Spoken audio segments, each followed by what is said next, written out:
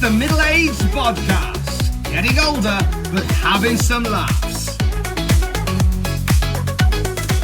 Welcome to the Middle-aged Bodcast with me, Raging Rich. And me, T.A. Shalano.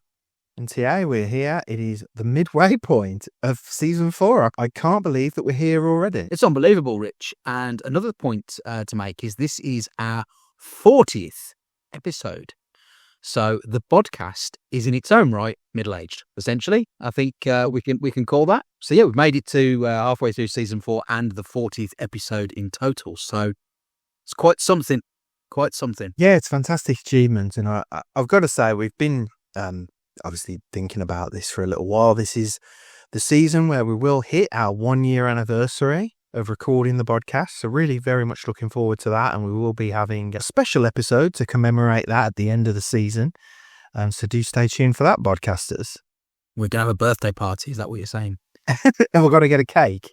You get a cake, but we'll also get you back on that exercise bike, or me and you on a treadmills doing something like that. There's something spectacular to. We ought to take a page out of the Hall Boys book and do the running the length of the UK. I don't think either you or I would manage it, Rich. No, not at all. To be honest. But what a great achievement for him. Indeed. So what is happening in Raging Rich World? Well, you know what, T.A., randomly, this is quite interesting. You mentioned last season about getting a mobile phone and the massive palaver that you got into with that. I've had a very similar situation occur. So we mentioned in the last episode where it was just me and you that I'd been to Liverpool. Actually, before I went away, I've noticed that my phone was starting to get a bit unresponsive at times. It was slowing down a fair bit, and I'd had it a little while. So I thought, okay, let's just try and get through a few more months till I can sort of factor in, I can start looking into getting another phone. Lo and behold, while I'm away, the battery starts to go. I'm taking lots of photos, obviously, and I'm thinking, well, I'm taking pictures, fair enough. Get back, all's good, and then I think I've been back just under a week. I go to bed and the phone is charged. I wake up in the morning, the phone is not charged. There's no battery life left. So I'm like, this is no good. I need to definitely sort something out. So charge the phone back up just to give me a chance to, get by for a few days till I can kind of figure everything out and order a new phone and sort it all out. And go into work. Obviously, I've said before, I work in Wolverhampton. So I go into Wolverhampton city centre and I thought, you know what? Rather than this trying to mess about and ordering a phone online and waiting for it to be delivered and faffing around, because I could just go and get one. I'll go to the shop and I'll just get one. And of course, my naivety is there's going to be phone shops still. There is, but only in the standard of there's used phone shops and there's the network-specific shops. Now, I'm on a network. I don't even know what the tagline is to tease what it is, but it's not one of the major ones. It's like the mobile network built for you or whatever it's called. I can just say it's giffgaff. Other mobile phone networks are available, but I'd signed up to that a while ago. Really pleased with it. Just pay, and then if you ever want to cancel it or change it, you can just do it online. Brilliant. Don't have to faff around with a human being. Although that's going to then contradict something I'm going to say later. Right, I'm just going to go and try and get the phone. No car phone warehouse or anything like that. I hadn't realised it's been integrated into Curry's PC World /BT /Sports Direct / whatever else has been amalgamated nowadays into one thing. So I'm walking around and I find one of the network shops in the shopping centre. So I go in and I'm looking around. This guy who works there stops me. He's like, "Oh, you okay?" I went, "Yeah, just looking at the phone. My phone's on the blink." He's like, "Oh, well, these are what I hear." And I went, "Look, I don't want to be on a contract. I just want to buy the phone and use it with what I currently have." He's like, "Oh, yeah, you can do that. No problem." I was like, "Okay, right. I'm not going to do it today." I walk out. I thought, I won't do it today. Daft just to do it. Have a bit of a think. I look online and it's like, delivery, blah, blah, blah. I'm thinking, I'm going to have to wait days for this. This is ridiculous. So I don't bother. I go back the next day into the shop. The bloke I saw the previous day, he's not there. There's someone else. And you can guess, he must be the biggest fan of The Apprentice I've ever seen. Because just like how Alan Sugar's always saying, upsell, upsell, upsell, this bloke, he's just not willing to just say, you can have this thing you want. I walk in. I was looking at this phone. Bloke yesterday says I can just buy it outright and I can use my own network. It's like, yeah, but why do you want to use your own network? Why don't you want to come to us? I'm like, because I'm already on a network. I've got a phone. I'm happy with it. Oh, but we can match the price. We can do all this for you. I'm like, I don't care. I want to stay with who I'm with. Yeah, but who are you with? Tell him. He's like, yeah, but we can match that for you. I'm like, I don't care. Then it's looking at the price. I went, so that's the price. He goes, yeah, as long as you buy the top up, the £30 top up. I'm like, why am I going to buy a £30 top up for a phone that I've got a deal already? I'm not going to need a top up. Yeah, but you can give it to someone. I'm like, who am I going to give it to? Everyone I know is on a contract or has some sort of, like, what's this thing about a top up? Yeah, sorry, what is the thing about why have you got to pay a £30 top up for what? So this is the stupid thing, right? The phone had a set cost, right? The online via other places was the same price, right? Not from, this is from like standard shops. So like your catalogue shop, your famous catalogue company that Richard E. Grant used to do adverts for. Okay. Okay, so you know where I mean. So like, there's all of that. Oh, goose. And yeah. How many more shops are you going to mention in this skit? You should give these people free advertising. Well, I'll take that out. But anyway, I'm in the shop and he's like going on. He goes, well, I went, I can get this online. Yeah, but you can just have it now, can't you? I went, yeah, that's what I want. But if I don't buy the top up, I have to pay. This is the thing. The top up was £30, right? If I don't buy that top up that I don't need, then I got to pay like £60 more for the phone. Well, hang on a minute. So you're basically now doubling up the top up value. I'm not buying this £30 top. I don't know. So I'm there going, this is ridiculous. I'm walking around the other shops. They haven't really got a phone that I like in my price range. I don't want to spend on something ridiculous. I haven't done a contract like on a phone in years. I think the iPhone 4S, I mentioned it in the streaming physical media episode, was the last time I had a phone on a contract. And I just then had like a phone that someone had one going spare that they didn't want anymore. Like I had my mom's Samsung Galaxy at one point that she didn't want when she had a new one. And then I started like buying, don't want to name the brand, but Hello Moto. I started buying some of those. How many references there? Product placement, Rich, at your service. We are not sponsored. If you want to. Endlessly. But yeah, so basically what happened, I was fuming. I was like, I'm not having it. I leave, I go back to work, and I've still got a bit of time in my lunch break. So I'll sit down. I'm just going to order it on my phone. I'm going to use the battery life I still have left on my phone that has no battery life to try and order a phone. So I'm there trying to sort it out. You can do this payment plan thing, right? I went, well, I might as well do that. That way I'm not getting overspent. I can just get it. It's not like it was a stupidly expensive phone, but I just thought it's done then and I haven't got to worry about it. My phone had gotten so broken, it wasn't receiving text messages until 24 hours later, which is no good when you've got something that's going to expire in 5 minutes as a code that you need. So that was useless. So in the end, I just gave up the ghost, came home and bought one anyway and just bought it outright. But the thing I'm trying to say here, TA, is about like customer service and things like that. And it's so frustrating. There are certain times you want an actual human to help you and they're really useless. They just want to upsell you. They just want to get as much out of you as they can. And then there's the times you actually want a machine because it's just easier to go, I want to cancel this thing and I know it's done. And instead you've got to ring some number up and cancel it online. It's just really frustrating me at the moment. Yeah, I mean, I'm with you. You know, my phone shop experience from season 3. I've had a not dissimilar issue with my car experience recently where... I will say to you, sorry, I just wanted to say, at least they didn't try and sell me broadband like they did with you. We already had the broadband. No, I know, but you know what I mean. TV, then they were selling the TV. But on the TV note, not just before this recording, actually, Mrs. Shalano has told me she's happier because there's something else on the TV package we have that she wouldn't otherwise have had. So the thing she didn't want is now continuing to give back. So there's a balance to this. Even if you have got a replica Darth Vader helmet. Darth Vader helmet. Absolutely. But yeah, I had a similar experience with a car, which I'm not even going to go into because it was just so frustrating. Where I had to tell a robot it lied to me. I had to tell a human why hadn't they responded to me. I was dealing with humans and robots, which, as I understand, is where we're going at the moment. Elon Musk is talking about half human, half robot hybrids. He's obviously read my book, The Doctor's Hidden Patience. Obviously, I'm giving him inspiration at the moment. But the world is, you deal with humans, you deal with robots, you just get problems all around. So who knows what happens with that, Rich. But yeah, I feel your pain on the phones, because that seems to have become way more convoluted and complicated than it ever used to be, I have to say.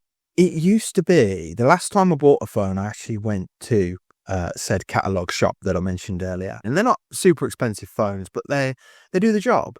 They answer calls, you can browse the web, you can download apps, you can play music on them. Oh, my other thing, TA, and this is something actually, thinking about it, we've mentioned this, I think, before, where people don't use headphones on buses and public transport in general and whatnot. I think I've figured it out.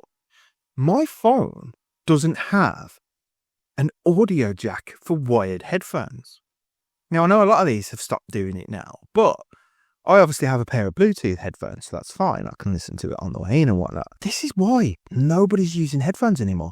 This is why there's so much annoyance, and people are just fuming with everybody because you can hear somebody playing TikTok or something, and some sped up version of the James Bond theme remixed with like Danger Mouse or something. I don't know. I mean, I like the idea, Rich, that you're just blaming purely the lack of ability to put the earphones in, rather than the fact that may be the case for some people, but the other 70% are just inconsiderate and don't care about people on public transport. I think is the other side of life. But when we get the half human, half robot hybrids in, we'll be able to deal with that. You, as the king of IT, be able to hack into it and stop it. So it's going to be great. Looking forward to traveling with you everywhere. I don't that. I really don't that. You'll be like my personal AI assistant. You do pick up my IT skills way too much. They're just better than yours. Well, they are, but that's not really saying much, to be fair. I'm just looking here. I've still got a pen and paper in front of me. I mean, come on, what's going on? But yeah, these are the things that are happening. But speaking of Mrs. Shalano, oh dear me, this is funny. So we've been on a few trips and different things. It was her birthday and all sorts of stuff. So we've been here, there, everywhere, including a trip to York, which was very nice. And, it's a bit excessive, isn't it? You have like a lot of food and not podcast friendly at all. Food, wine, steaks, cocktails, you know it goes. And after all this sort of debacle of doing this and, obviously not being particularly podcast friendly, not getting into your fitness and all sorts of being here everywhere, we came back home. And the trips are finished. She was doing the one night just something out the freezer, just frozen fish and chips, very sort of basic, bland kind of meal. And I normally like a slice of bread and butter with sort of like fish and chips, Rich. And I went to get the bread, and she went, "What are you doing?" I said, "Oh, gonna have a slice of bread and butter." And she said, "You shouldn't do that. You need to get back on losing weight." And I was like, "Hang on a second." I said, "We've just spent this time going away, here, there, everywhere." I said, "Doing all this." I said, "And you don't say a thing, and you don't consider a thing of any of that." I said, "And the minute I want to have one slice of bread and butter, that's going to make all the difference and undo all the damage." That is what I'm dealing with, Rich. But I had the slice of bread and butter because I am, like belligerent. And I'm like, she's not winning on that. And then what I've done is got myself back into Shaun T. I'm a big fan. Got back into that. I've just been doing that for the last 2 weeks. Got back on track with his insanity workout, which I obviously do like. And it's like, yeah, go through that experience, and 10 minutes of Shaun's painful workout will get rid of the bread and butter slice, Mrs. Shalano.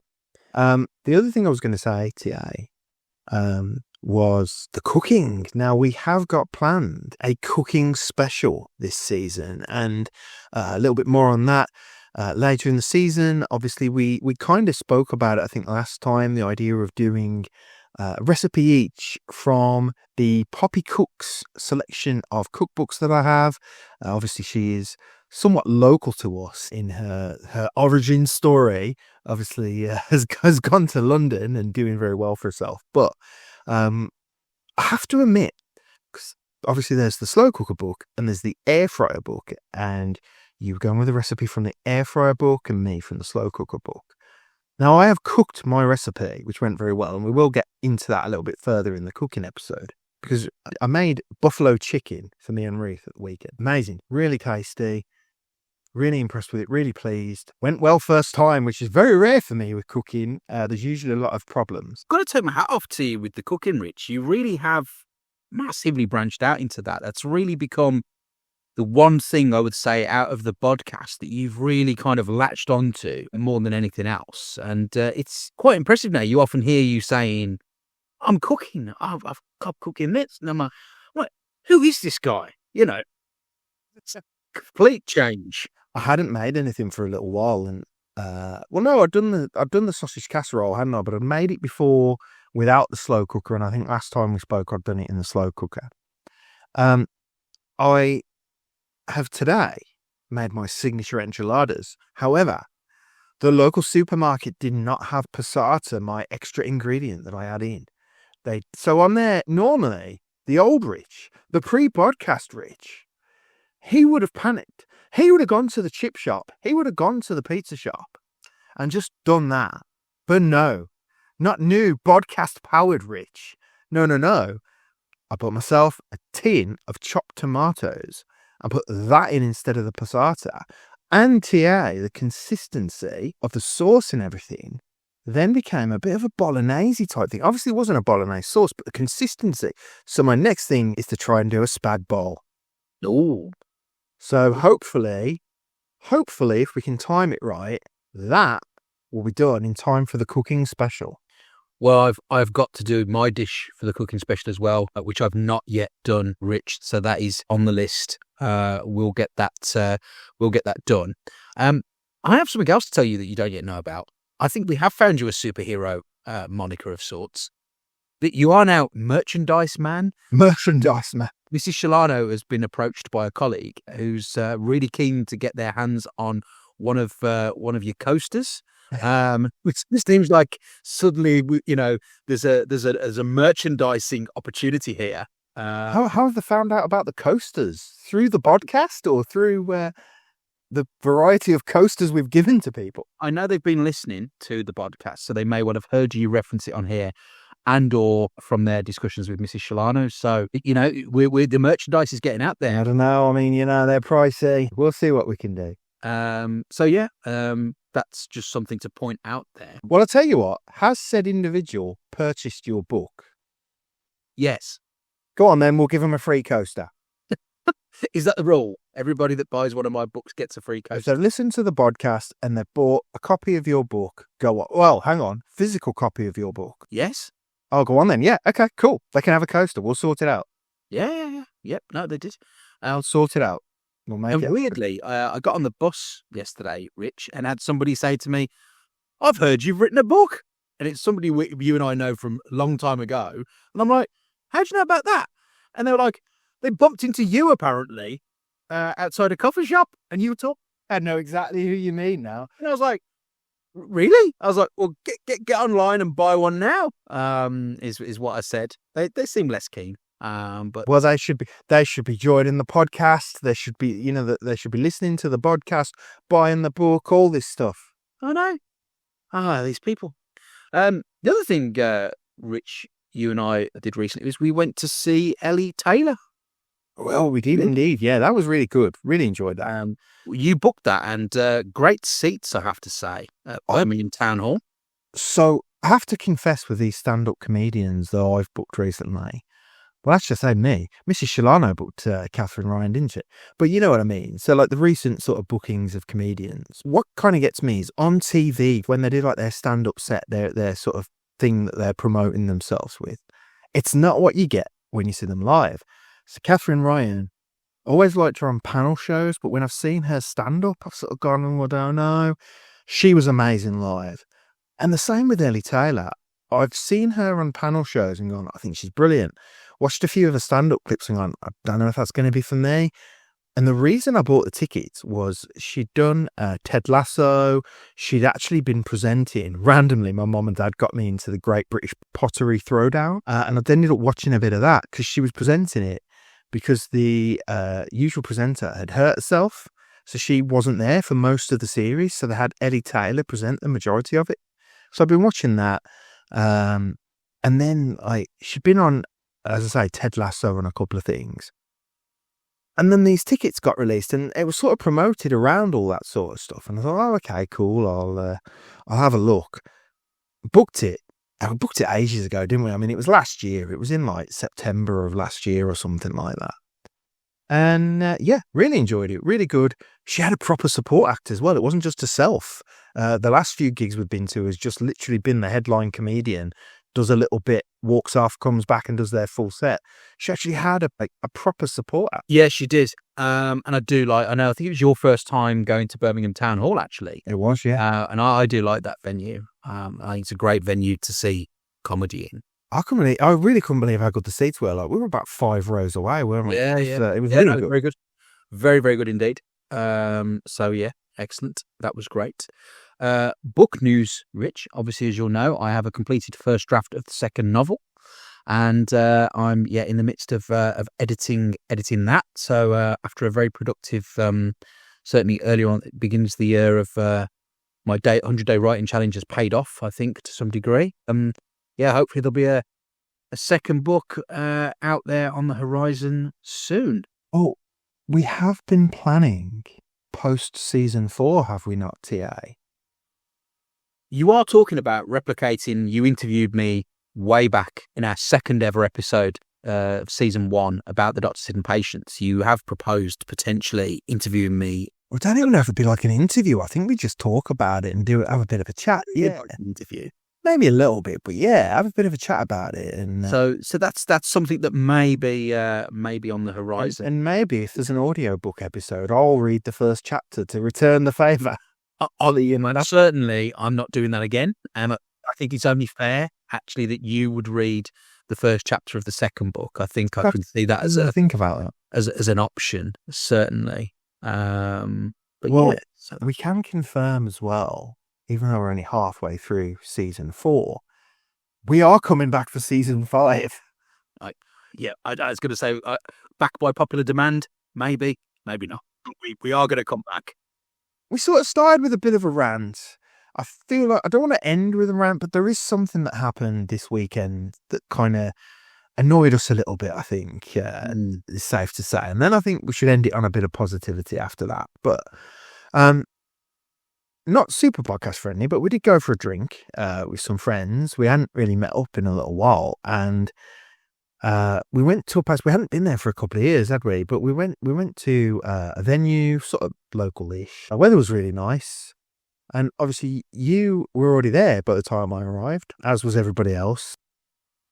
I got there. I go to the bar. There's a member of staff, and she is in like the room behind the bar, sorting something or another out, and doesn't know I'm there. Fair enough. That's fine. Somebody then from the member of staff calls her, and she's like, "Oh, sorry." I'm like, "Oh, that's fine. Don't worry." Order myself a drink. As she's pouring it, another member of staff comes over, and they both start talking, pretty much ignoring the fact I'm there. And it's kind of like, "Oh, here's your pint." Doesn't actually say it, just sort of puts it there. I pay, I walk off. And they're kind of having this bit of a moan behind the bar about the fact that it's warm and all this sort of stuff. And it's like, yeah, but you shouldn't really be talking about this with a customer here. Obviously then, have a drink, everything's fine. And then at one point, I know when a round was bought, one of the pints was a bit flat. And it was mentioned to this member of the bar staff, who proceeded to just pour another pint rather than checking is something wrong, hand that over, and it's another flat pint. And it wasn't until another member of staff came out to sort of say to us, randomly, "We're shutting." And it's like, what? Well, and it was just such a weird palaver. He did fix the pint. I will give him that. But it was like, "Oh yeah, by the way, are you in the hotel?" "What, the hotel?" "This isn't the Ritz, mate. Like, what are you on about?" He's like, "Are you staying in the hotel?" "No, we're here for a drink." And then it's like, "Well, we're shutting in a bit." And you're looking at your watch going, it's nowhere near pub closing time. It's a nice night. Other pubs in the area with beer gardens are absolutely full. there were other tables of people. Right? It wasn't just us, but also you just kind of feel like nobody wanted your custom, or they just couldn't be bothered with you. And I think you'd said the two members of staff who were moaning about the weather had come out and was sat outside at one point, surrounded by customers, and they're moaning. I just found it really frustrating. Yeah, they were moaning in front of anybody that was nearby to listen about how difficult the working conditions were because of how hot it was. And it's just a bit bizarre. I don't know. There's something's gone wrong with customer service, certainly. So bring on the half human, half robot hybrids that I wrote in my book, or that Elon's creating, or whatever. Because why? I don't know where we've got to this point where you're almost an inconvenience when you're actually keeping these places in business, which I find strange. And then the bit that kind of topped it off, which I'm sure you're going to come to, is that because you're not staying in the hotel, you can't then get in. So they close the doors. And then some people on one of the tables just a bit away from us needed to use the toilet and they couldn't get back in, which is not great, really. It's really poor, really poor. And I think it is a testament to what a lot of people have said about customer service and about, we talk about the high street and the death of the high street and stuff, but it's no wonder there are pubs shutting down and things like that when you've got, and I'm not saying every pub's like it, because they're not. There's a lot of pubs we've been to with great customer service, but I'm not going to go back there again. Yeah, it was a strange one. I think the thing with the toilets was a bit tricky, and for a dry evening, I think a couple of those people may well have watered the plants. Well, yeah. Maybe so. Yeah, that's not fair, and it's not right. People have, I get, everyone's trying to cut costs. It's got to be breaking some kind of law or some kind of thing, hasn't it? There's got to be something there that it's breaking, because you can't just shut your toilets off because, we don't want to work an extra hour or whatever it was. I've got it, Rich. If it was the guy from your phone shop, he'd have been upselling, saying, if you want to use the toilet, you're going to have to stay in the hotel. You know what I mean? Everything's an upsell. But yeah, I don't know. It does frustrate me sometimes. And I did a similar thing when I got to the place before you arrived. I did order a pint, but I was a bit thirsty, so I ordered a soft drink. And she just put the glass on an empty glass on the bar in front of me, and because it's got a restaurant section apparently now with refillable drinks, but she never explained that. And I'm thinking, what's going on here? And she went, oh, you can go and you can go into the restaurant and pour it yourself. It's like, but I'm stood in front of you here now, and there's a dispenser in front of you, and I paid for. Why am I going to walk all across the restaurant to then pour it myself? I'm not being funny, right? If that's the case, surely you could have walked into the restaurant area where there's food that you queue up for, without giving away what it is, but you can guess, and like just go, oh, I'll have some turkey, please, and some gammon, and some roast potatoes, and just not pay for it because blatantly the bar staff don't care. So I'll tell you what, if that place loses money, tough, they deserve it. Because they were terrible. Seriously, you're like, what is going on? I don't understand anything anymore. I know everything's moving towards self-service, but that's ridiculous. No, that's especially when the dispenser for the drinks was right next to it. She had to push the glass over the top of it towards me to go, yeah, do you want to walk across our restaurant and pour your own? No, I don't. But somebody else would have poured it. That's the thing that annoys me. Someone else would pour it. And I will say, it's probably not just their fault, because what happens, and this is the thing that does annoy me, they get trained on something and then they get told, oh, well, just tell them to go and do that. So then that's what will be in their head all the time. It's like, no, things change, the situation. If you're not a restaurant customer in a place that's half restaurant and half bar, you're not going to want to walk over the restaurant area to go and pour yourself a refillable Coke. And to be fair, you could have just kept going and like refilling on soft drink all night. But apparently you can. But I didn't know that in terms of at the bar, and she never explained any of that. That's really poor. Yeah, it's because that's not upselling. That is.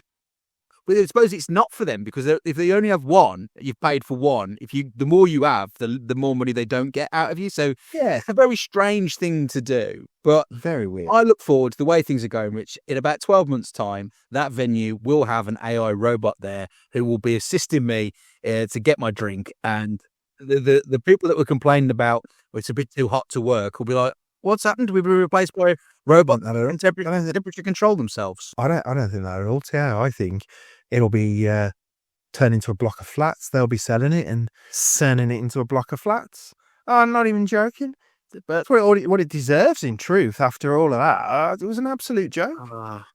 We're starting to sound very old, Rich, but But it is. It's not that. It's not that at all. But it's like this thing of places are closing, and we should be going out, and we should be making sure we support these businesses and all this, and then they're all shutting. But can't be bothered to provide you with a service. yeah, then when you go, the service is either bad or they're quite rude, they're quite ignorant, and it's like, sorry, what is going on here? You know, Just as well. But but I don't know.